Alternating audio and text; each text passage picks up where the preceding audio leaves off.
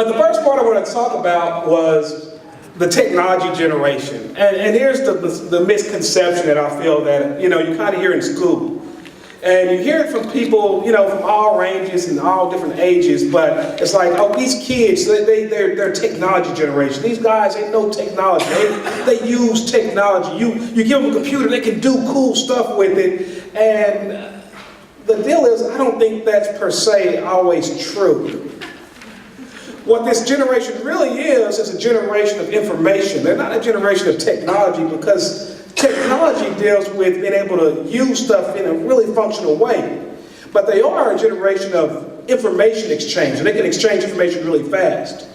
And I go back to times, and I'm not, that old, I'm not, that outdated, I guess, but I go back to the times when I was a kid, and, I remember my mom got her first cell phone.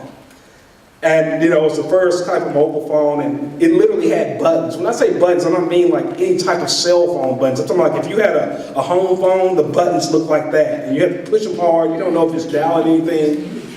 And that was the competition for then. So as a kid, the competition, if you were sitting inside of the classroom, was, well, I probably had a girlfriend, or, if you had a boyfriend, or, those were the distractions you may have had. Well, I had a football game, a basketball game, or I had a debate tournament, or whatever it may be.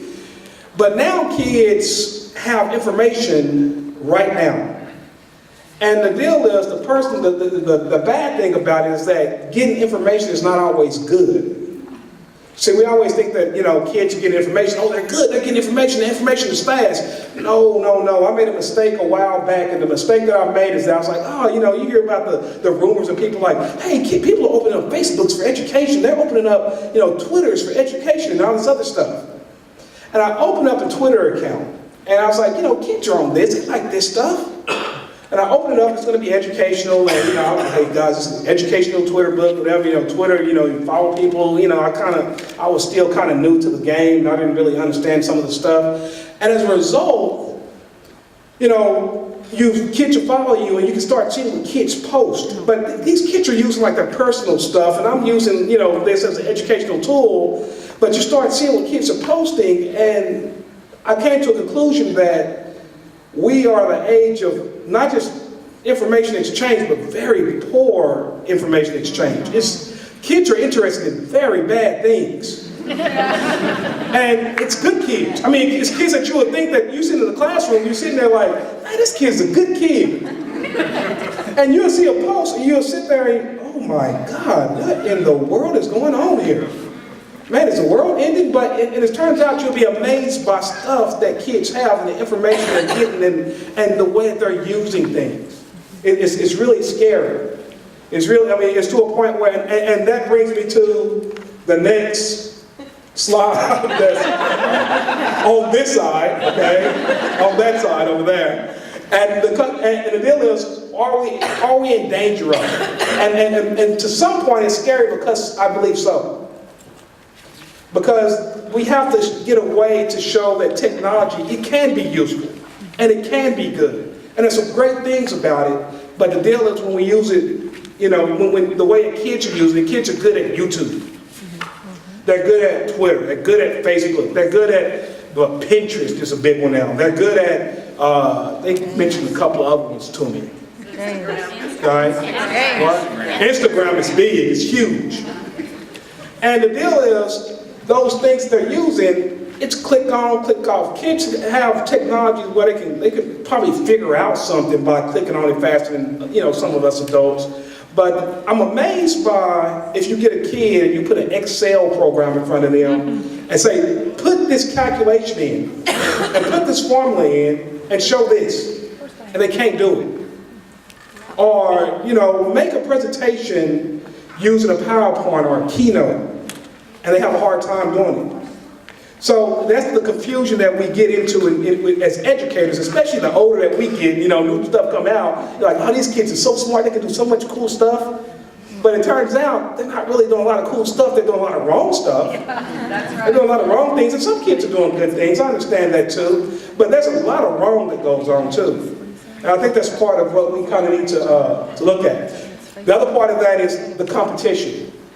I go back to what I said earlier, the competition of the fact that when we were kids, and all of us different ages, obviously inside this room, but when we were kids, the competition was simple. Now the competition is a kid right then, right now, sitting in class, as soon as they get bored, guess what? Yep. It's on. I mean, don't act like you don't know. You can have good classroom management. You can have bad classroom management. You're going to go inside your classroom, the bell's ringing, and kids are supposed to be doing warm-ups, and if you look around, you'll see someone with a hand, someone with a bag, someone, you're going to see some weird stuff going on. Someone, like, either they have itches or scratches, or they're on, they're doing stuff that they're not supposed to do with technology. Okay?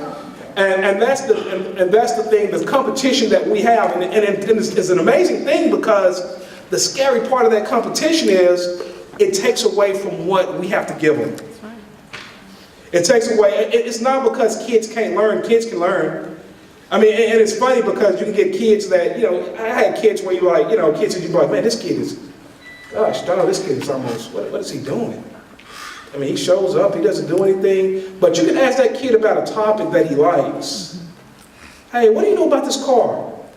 Inside physics, we were doing electricity and circuits. You'll be amazed every time you do this unit, how many kids wake up and oh, coach, you know what? I'm in the speakers, man. I know about this. I know how to fix cars. I can do this. You mean to tell me that this and this? And they can tell you a whole bunch of stuff, which means, therefore, yeah, you can learn, because some of the stuff kids are telling me, like, oh, I didn't even realize that. But the deal is, it's now a competition for the stuff that we give. And that's the issue for it. This slide that's on the left over here is this, they had a special a while back on television, and it's a school by the name of the Waldorf School of the Peninsula. It's a California school. California, you know about computer, software, gurus being around there. And the unique thing about this school is that, as I'm watching this story, and it's like on CBS or ABC or NBC or one of these shows, and I'm watching it, and it caught my attention because they mentioned that this school has so much success, and then the next part they said, they're not using technology. And you're like, what? They're not using technology? We're in the age of technology. I'm thinking like, because I'm in the new age of people talking about, oh, you got to use this, use this, use this, use this. Put this inside your curriculum. And I'm looking at it, and I'm like, how are they doing it? And then the other part of the story blew me away, because the other part of the story stated, guess who's going there? Well, the school's an expensive school. They don't use technology. They use dry erase boards. They use, very simple things. They have a lot of hands-on activities, which is great. Okay, Julie Homer will fit in great over there, sound like. But a lot of hands-on activities and things of that sort. And the thing that amazed me was who's going there, who's spending all this money. For high school, it's $24,000 a year for each year. And they interviewed one guy. He was like the executive of Google. They interviewed another guy, and he worked at Microsoft. They interviewed another guy, he worked at Apple. They interviewed someone else that was at Hewlett-Packard somewhere. And they started asking these people, like, why you guys are in this stuff? You guys use computers. You guys make this stuff. You guys make the programs. You guys make the stuff that people use. And you're sending your kids to a school where there's very little technology used? And the question was, what's going on? Why are you doing it? And the answer was a very amazing answer for me. And the answer was, well, we got here to this point, the point of the age of technology, to the point of the age of having computers, and if you have a cell phone, an iPhone, or having an Android phone, or having an iPad, or having a Samsung pad, or a Galaxy Note, or whatever you have, we got here by people that were doing things from stuff they learned. And the stuff they learned, at the time, the things that they made were not there yet.